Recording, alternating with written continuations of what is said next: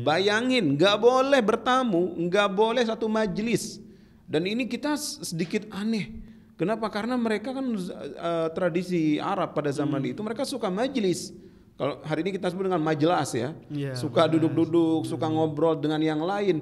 Sampai segitunya mereka berikan tembok untuk memisahkan diri, ya. Artinya Bani Hashim dipisahkan dari suku-suku Quraisy yang lain. Itu otaknya si Abu Jahal. Abu Jahal emang jahat nih, laknatullah alaihi ini orang.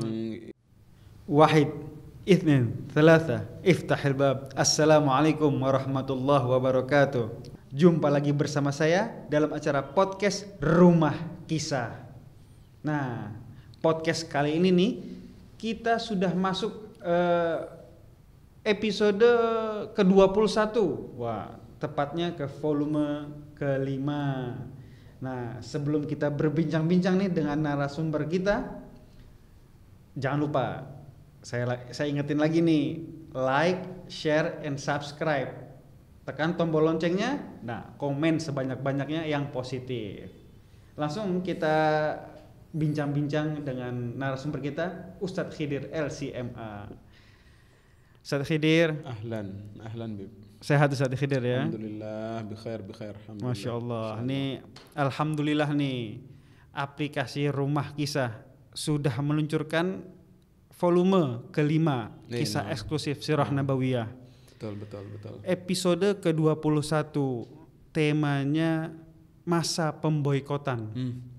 Nah, zaman dulu udah ada Ustadz boikotan. Masya Allah ya, memang luar biasa. Itu tahun berapa Ustadz masa pemboikotannya? Sama penyebabnya apa sih bisa terjadi peristiwa tersebut Ustadz? Baik, bismillahirrahmanirrahim. Alhamdulillah, wassalatu wassalamu ala rasulillah, amma ba'du. Sahabat kisah dimanapun Anda berada, di episode 21 ini kita akan bahas tentang masa pemboikotan.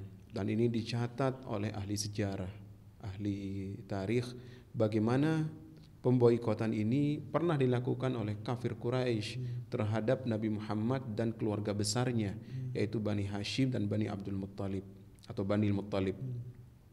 Penyebab daripada pemboikotan ini jelas, karena kafir Quraisy tidak bisa lagi melakukan tekanan kepada kaum muslimin, karena sudah berbagai cara, Bib. Sudah berbagai cara mereka lakukan, tapi enggak kunjung ada hasilnya. Buntu. Dan yang paling menyebabkan mereka itu jengkel dan kesal, yaitu dengan masuk Islamnya Umar dengan Hamzah. Nah, seperti yang kita ketahui di podcast sebelum-sebelumnya, bahwa Umar, Hamzah selalu jadi garda terdepan dalam membentengi Nabi Sallallahu Alaihi Wasallam dan para sahabat. Dan ini yang membuat orang-orang kafir Quraisy akhirnya mulai agak mencari cara untuk gimana nih untuk menghentikan dakwah. Nah, udah dilakukan dengan penyiksaan, kemudian dengan fisik lagi, dan ini dia mau coba sekarang dengan cara pemboikotan. Dan ini inisiasinya itu memang dari orang yang paling jahat di antara mereka, yaitu Abu Jahal. Dan ini pun dikutip oleh beberapa ulama bahwa inilah pemufakatan terjahat dalam sejarah bangsa Arab. Karena tidak hanya menyakiti Nabi Sallallahu Alaihi Wasallam, tapi juga menyakiti keluarga besar beliau, yaitu Bani Hashim dan Bani Muttalib. Dan yang mendapatkan dampak daripada boikot ini pun tidak hanya Nabi Sallallahu Alaihi Wasallam, keluarga besar secara umum. Walaupun di situ banyak yang belum masuk Islam, tapi begitulah ya. Terjadi pemboikotan ini, jadi isolasi betul-betul dari kafir Quraisy untuk Nabi Muhammad dan Bani Hashim dan Al-Muttalib. Wah, itu berarti ada isi pemboikotan itu seperti apa Ustaz? Nah, ini yang menarik ini. Isi pemboikotan. Nah, ini isi pemboikotan ini secara ekonomi dan sosial. Jadi betul-betul luar biasa ini pola pikir mereka itu, yaitu orang-orang Quraisy pada zaman Nabi Sallallahu Alaihi Wasallam itu kan ini kan terjadi pada zaman tahun ke-7, Bib. Tahun ke-7 kenabian. Jadi mereka sudah tadi yang saya sampaikan, yaitu sudah melakukan tekanan demi tekanan, tapi nggak kunjung ada hasilnya. Nah, mereka pun melakukan pemufakatan jahat, yaitu dengan boikot tadi. Dan isi boikot itu poinnya adalah secara ekonomi dan sosial. Yang pertama, bahwa seluruh orang-orang Quraisy ya dari suku manapun atau yang datang dari kota Mekah, yang datang dari luar kota Mekah itu tidak boleh melakukan jual beli dengan Nabi Muhammad dan Bani Hashimnya dan keluarga besarnya Bani Al-Muttalib, nggak boleh. Gila. Jadi nggak boleh menjual, nggak boleh membeli, benar-benar di embargo. Udah kayak zaman sekarang Ustaz. Udah kayak zaman sekarang. Jadi betul-betul akhirnya apa? Terjadi kelaparan. Nah, tapi kita akan lihat nanti dampaknya. Kemudian yang kedua, tidak boleh ada pernikahan, Bib. Waduh. Nggak boleh ada pernikahan. Dari suku-suku dari kota Mekah dengan suku Bani Hashim dan Muttalib nggak boleh menikah. Lakinya nggak boleh nikahi perempuan luar. Begitu juga sebaliknya. Jadi betul-betul dibiarkan hidup sendirian. Yang ketiga, tidak boleh satu majlis, nggak boleh bertamu, Bib. Gila, ya. Bayangin, nggak boleh bertamu, nggak boleh satu majlis. Dan ini kita sedikit aneh. Kenapa? Karena mereka kan tradisi Arab pada zaman itu mereka suka majlis. Kalau hari ini kita sebut dengan majelas ya, suka duduk-duduk, suka ngobrol dengan yang lain. Sampai segitunya mereka berikan tembok untuk memisahkan diri, ya. Artinya Bani Hashim dipisahkan dari suku-suku Quraisy yang lain. Itu otaknya si Abu Jahal tuh. Abu Jahal emang jahat nih, laknatullah alaih, ini orang yang paling nggak ada obatnya udah itu. Nggak ada obatnya, udah betul-betul udah gila itu ya Abu Jahal. Padahal dia tahu kebenaran Rasulullah, kebenaran Islam.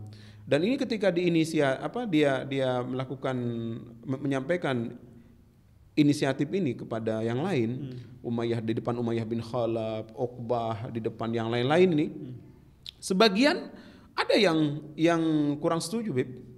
Ada yang kurang setuju karena ini mengingat ini bukan Rasulullah yang akan kita boikot seorang, tapi ini semuanya menyeluruh. Sementara ada dari kalangan beberapa dari mereka itu ada memiliki hubungan bisnis, hubungan kekerabatan, malah ada yang sudah menikah dengan, artinya udah tercampur. Nah, ketika terjadi seperti ini, ada beberapa orang yang kurang sepakat dengan pendapat Abu Jahal tadi. Dan antum tahu bagaimana dampaknya daripada boikot juga buat sahabat kisah. Di situ kita lihat bagaimana kesabaran daripada Nabi kita Muhammad sallallahu alaihi wasallam. Diboikot, tidak makanan, Bib, nggak ada sama sekali. Sampai banyak yang makan bangkai, makan bangkai, makan daun udah kering, sampai kulit binatang, Bib, yang udah tadinya kering itu sampai diungkep, kira-kira diungkep lagi, dimakan, saking nggak ada makanan. Jadi betul-betul diisolasi keluarga Nabi Sallallahu Alaihi Wasallam. Sampai seperti itu, sampai seperti itu. Makanya Bani Hashim ketika mendengar kabar embargo tadi ya, boikot tadi, mereka kaget. Malah ada sebagian yang ini apa yang harus kita lakukan? Kebingungan. Ya karena bangsa Arab itu kita lihat udah bercampur satu dengan yang lain, mau suku Bani Hashim, suku Al-Muttalib dan lain-lain, suku Bani Makhzum dan lain-lain, itu semuanya udah tercampur. Jadi ketika ada pemboikotan ini, orang-orang kaget dengan ide daripada Abu Jahal tadi. Nah gitu kira-kira, Bib. Waduh, kacau emang Ustaz. Nah itu dampaknya ke Bani Hashim atas pemboikotan itu gimana Ustaz tuh? Kedepannya seperti apa atas terjadi peristiwa tersebut Ustaz? Di situ kita lihat perannya Abu Talib. Abu Talib sebagai paman Nabi Sallallahu Alaihi Wasallam itu memang janjinya luar biasa. Dari awal udah mendukung kenabian dan mendukung daripada dakwah Nabi Sallallahu Alaihi Wasallam. Beliau mengumpulkan seluruh keluarga Bani Hashim dan Muttalib. Dan beliau sampaikan kepada yang lain, karena yang lain ini ada yang belum masuk Islam. Ada yang belum masuk Islam. Beliau sampaikan, wahai keluarga Bani Hashim, keluarga Bani Muttalib, kali ini kalian udah tahu bagaimana boikot ini sudah terjadi. Dan sekarang kita harus bersatu. Jangan pandang agama hari ini. Begitu kira-kira bahasanya. Anggap ini kita satu keluarga. Bersaudara. Mau yang udah Islam sekarang, mau yang belum menerima agamanya Nabi Muhammad, udah kalian sekarang saling bela satu sama lain atas dasar kekeluargaan. Jadi dikumpulkan sama Abu Talib. Sampailah beliau memutuskan bahwa kalian semua nih keluarga Bani Hashim dan Muttalib tinggal di Syi'b.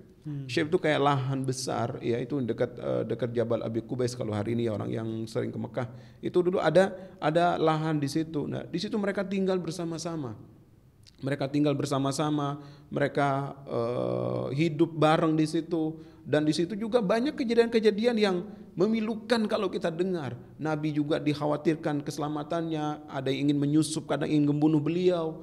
Karena memang betul-betul diisolasi, gak bisa kemana-mana. Dan lagi-lagi saya sampaikan bahwa kesabaran Nabi Sallallahu Alaihi Wasallam dan kekompakan daripada Bani Hashim dan Bani Muttalib terlihat saat itu. Dan antum tahu mungkin juga sahabat kisah di rumah, pemboikotan ini berlangsung cukup lama. Berapa lama tuh? 3 tahun. 3 tahun. 3 tahun dia ya dalam kondisi susah ekonomi. Kelaparan. Dan pemboikotan ini ketika disepakati tadi itu ditulis dan ditempel di dalam Ka'bah. Jadi betul-betul ini pemufakatan zalim terjahat sepanjang sejarah bangsa Arab.